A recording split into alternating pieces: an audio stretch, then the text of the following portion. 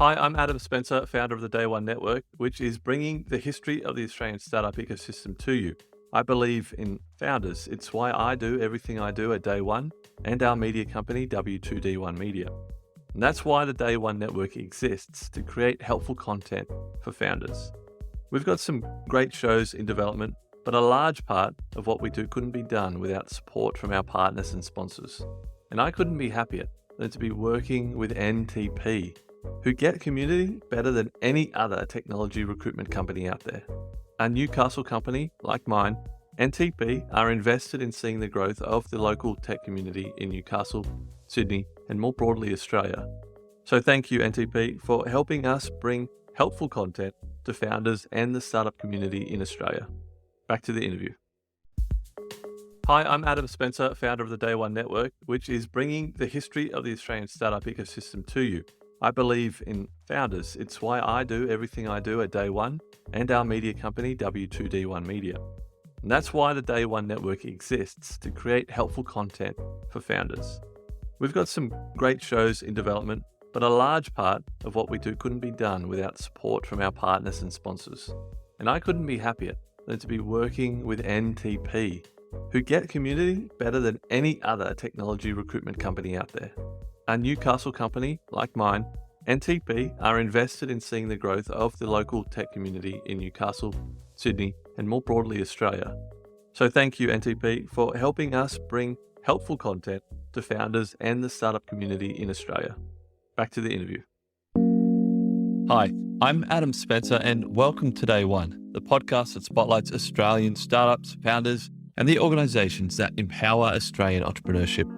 We go back to the beginning to tell the story of Australia's most inspiring founders and how they built their companies. You're listening to a special interview series as part of a documentary W2D1 is producing about the history of the Australian startup ecosystem. On the episode today, we have...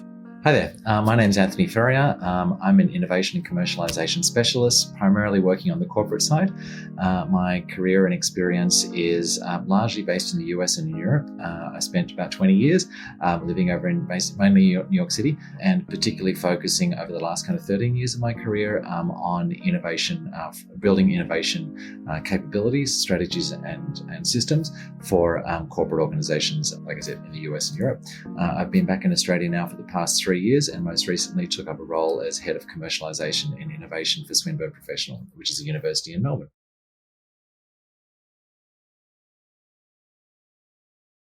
Do you want to talk a bit more about that and your role at Swinburne? Like, what are you doing on a day-to-day basis there? Sure.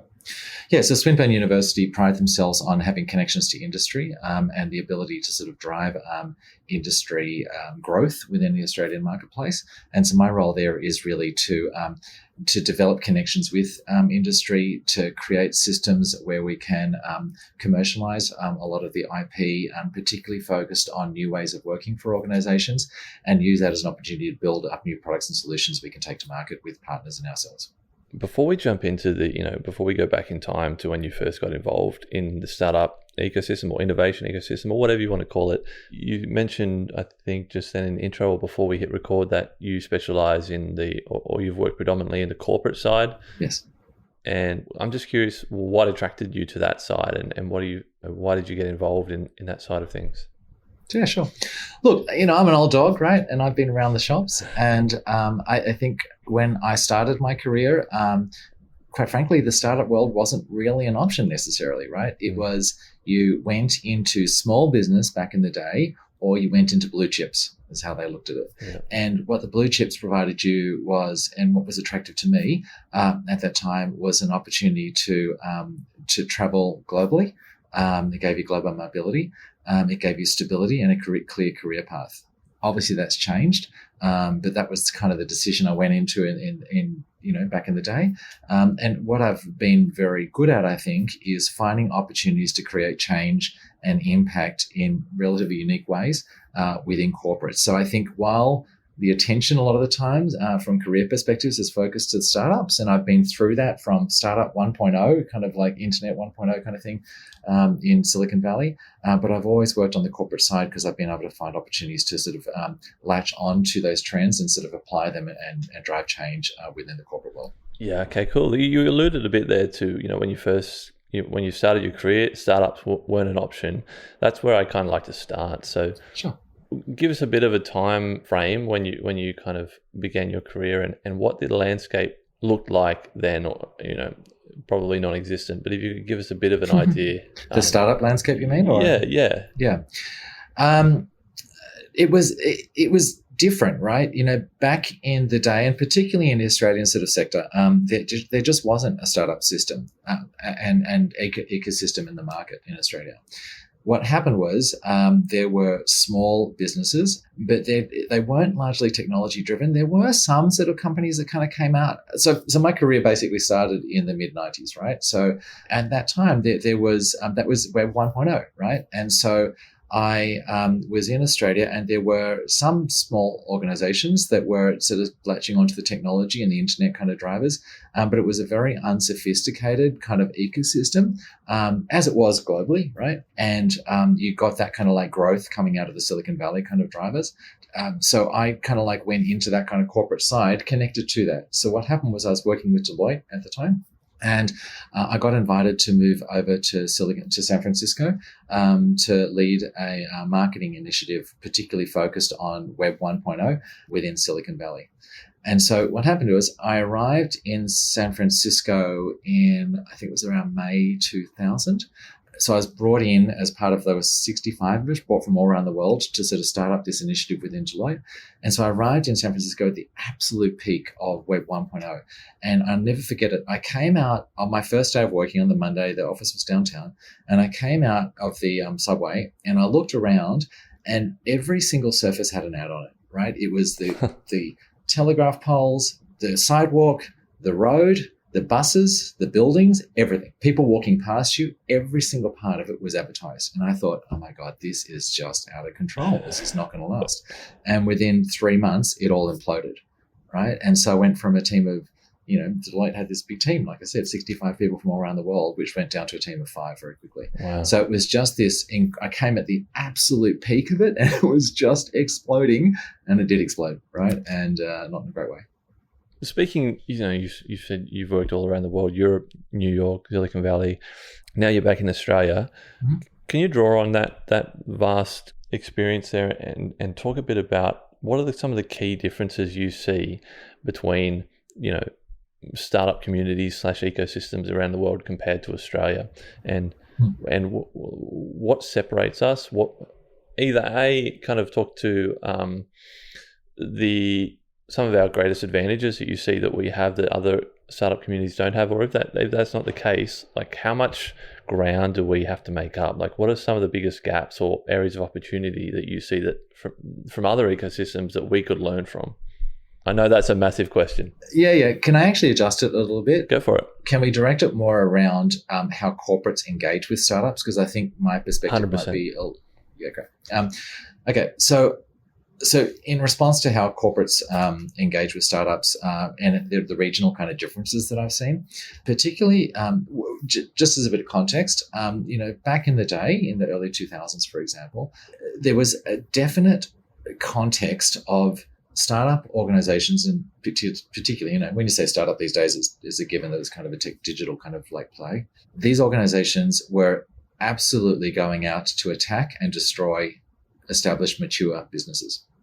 Right. So you came out there and it was all like, bricks and mortars for retail organizations is absolutely a inhibitor of growth. And we are stronger because we don't have that, for example. Right. So it was an us versus them mentality, and quite frankly, on both sides.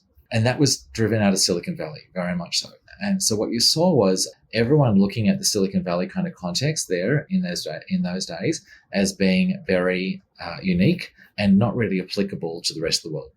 What happened was that Silicon Valley ethos extended out beyond their kind of like geographic boundaries and became this kind of call out and mantra to corporates. And what happened was corporates took that on and were aggressively pushing against the startup community.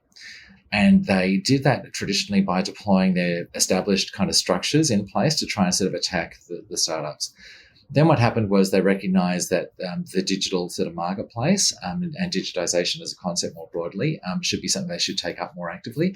And so they tried to do that themselves and lightly in partnership with some startups, largely failures. And that was a model that was driven actually not so much by Silicon Valley. I think what it was done is the established corporate mature businesses in the US from the East Coast were the ones that were trying to connect with the West Coast. But they were such different corporate ethoses, it was really challenging for that to actually work. And so what happened was you saw a lot of failure, a lot of big investments going in, largely driven by established mature East Coast businesses into the West Coast companies. And the cultural drivers were just far too much for them to overcome. Can you give us a year, like a decade that this was happening?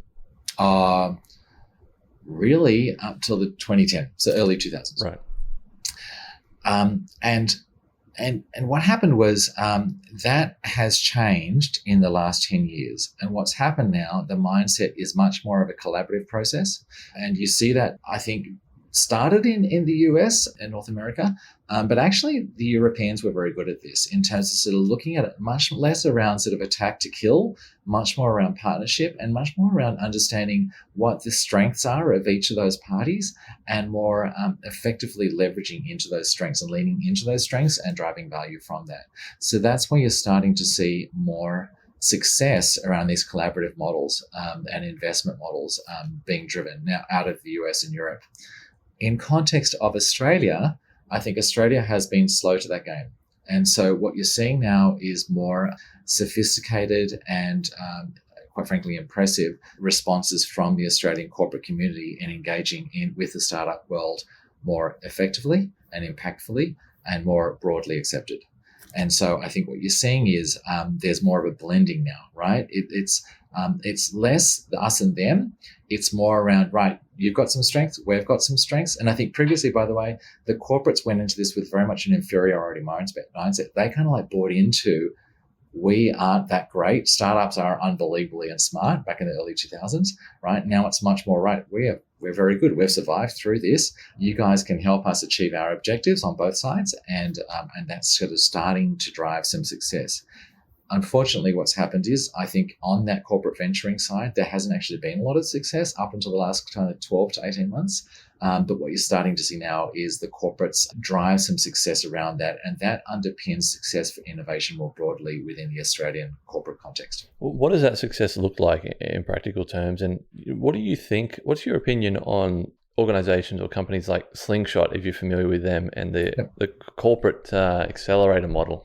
Okay, in terms of what does that success mean for both parties, I think what it means is, you're being able to sustain and drive growth through these partnerships. And you're starting to see that through a number of different entities and sectors, but particularly in financial services. So financial services in the US is really where corporate innovation grew up. It's really where it came out of in terms of the big corporates trying to understand how they can innovate more effectively as a determined strategy, process, and system capability. So they kind of looked at it in financial services and sort of said, look, we've got, and this is in the context of the GFC, right? And this is when I started in the innovation space. These organizations were being blown apart and everyone in the world hated them. So they wanted to go out there and sort of drive more approaches to drive new innovative growth drivers within their organization. And so they started to look initially at the startup world. Now, one of the first areas, so that's where fintech is such a growth kind of area now, because they've had that maturity and investment cycle over the last kind of 15 years or so, right? And so they've been the most successful, I think, and you're starting to see that when I talked about that kind of like that models of success being driven, you're actually starting to see that first in financial services in Australia. And there's various historical and sustained reasons for that. You've got 4 big players basically driving it. But, what you're starting to see now is some announcements coming out from some of the big banks in Australia where they've driven some real impactful growth through partnerships with the startup ecosystem. to your question around the corporate accelerators that are out there in the marketplace, look, I think they've been a mixed bag. You've seen some success through that, but quite frankly, it's been limited. What you're starting to see now is these homegrown accelerators within organizations, and once again, being led within financial services, where these organizations are taking on that accelerator kind of model and reassessing it and changing it to make actually sense for their organization and owning that themselves rather than investing in a third party setting up those kind of accelerators. So I think maybe that's some of the new sort of direction you're seeing. And you're starting to see that being very successfully deployed. Early days still, but really being taken on by executives and leadership. And X15 is the biggest example of that through Combac.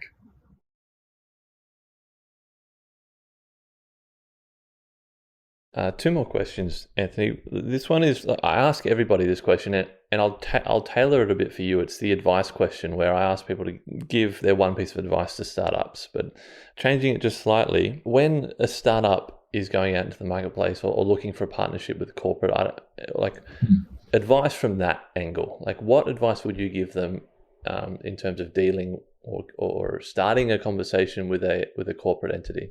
Yeah. From a startup's perspective, and I've launched my own startups, right? So I've been on the corporate side. I've been an advisor. I've been a thought leader and an author, and I've also started as an entrepreneur, started my own businesses. As an entrepreneur and working within a startup, it's very easy to get used to the pace of quick shift. Being an agile organization, being mobile, being able to change things very quickly. All these kind of like quick decisions and processes are part of your DNA. It's very easy when you start working with a corporate organization to look at them and see that they are slower than you, which they are generally, and really kind of be dismissive of that and present your way of working and thinking as the model that a corporate should replicate. The reality is, though, what you're not seeing is the legacy success model of that corporate in the background that's often hidden from you as a partner. And so if you want to change direction as a startup, that's easy, right? You just get amongst your colleagues and you decide to make a change and you go in that direction. In a corporate, there's much more different behaviors and cultural drivers around and expectations of success around shifts and changes. And you've just got to recognize that they've got these processes that they need to work through. They're not going to work at the pace you're going to be able to. Making changes and quick adjustments is not easy for a corporate. And there's reasons for that. It's not just that there's red tape there. There's often very good reasons for those shifts being assessed and adjusted for and accounted for in different ways than a startup might. So I just think you just got to go in there and recognize it's going to take longer than you take. Quick shifts and changes are not welcome a lot of the time within corporates, and you need to just be conscious of that, and that you're not necessarily better than them, right? They're taking time because there are certain risk profiles, there are certain processes and systems they've got to work through to drive that success over time. Thank you so much for your time today, Anthony. I really appreciate it, and I wish we had more time. Last question isn't really a question. It's keeping in mind that what we're trying to tell here is the story of the Australian startup ecosystem. In a documentary, we want academics, we want founders, we want policymakers, we want everybody any stakeholder in the ecosystem to hear this. And keeping that in mind, what would you want to tell them? What is top of mind for you? What do you think needs to be talked about that isn't being talked about? Or just what comes to mind? I think that the Australian ecosystem needs to be really proud of their achievements, right? I mean, I'm sure you're going to hear from many other interviews. It's taken a little bit of time to build up some steam, but I think that this is an area of incredible growth and opportunity for the Australian economy. And hand in hand with the corporates, you're going to transform and change the way Australian business runs. And that's going to be really exciting. And I think that Australia is in a very strong position to drive further economic growth and be a real powerhouse. Certain things have to combine for that to happen. But I'm very bullish and sort of see a real opportunity around this. Thank you, Anthony. I'll just end the interview with the fact that I'm a Newcastle guy, and I noticed that you spent some time in Newcastle. How do you think it compares to all the other cities around the world you've lived in? Mate, I am a big advocate of Newcastle. Last summer, I took up 12 of my friends up there from Sydney because they'd never been. I think it's a fantastic town. I think it's great in terms of its from the university perspective, it's a great university. But I just think it's got all the qualities from a mid-sized city that can be provided. And actually, interestingly, in the States, there's lots of cities that are the size of Newcastle and with various degrees of success. But in Australia, there's not many cities that provide the cultural backgrounds, the artistic kind of drivers, the business capabilities, the connections to other international centres that Newcastle can provide. So I think it's just a great place to live and for me to visit. And I think it really sort of ticks the boxes in a lot of ways. And I think, by the way, in the last 2 years, we've been back in Australia for the last 3 years, and even in the last 2 years, it's unbelievable the amount of change that's going on there, and the sense of progress and development is fantastic. Yeah. Oh, thank you very much for your time, Anthony. All right, no problem.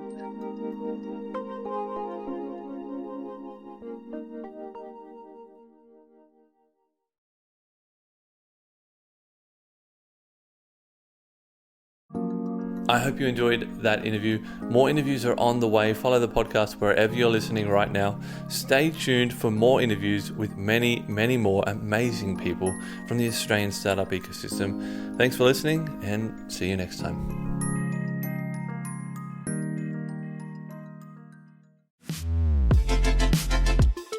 The Startup Retro is a new podcast from the team behind Overnight Success. A weekly show where we help you level up on the Australian startup ecosystem by giving you an insider's view on Aussie startups and venture capital. I'm Will Richards. And I'm Gemma Clancy. At OS, we curate the most important news and announcements across the ecosystem and explain a bit of useful context behind them. The Startup Retro podcast will follow a format familiar to our readers of the weekly newsletter, but offer an opportunity for much more discussion. So, if you want to keep your finger on the pulse of all things happening Aussie startups and venture capital, start your week by listening to the Startup Retro. New episodes every Monday, starting the 1st of July. The Startup Retro is brought to you by Day One, the podcast network for founders, operators, and investors.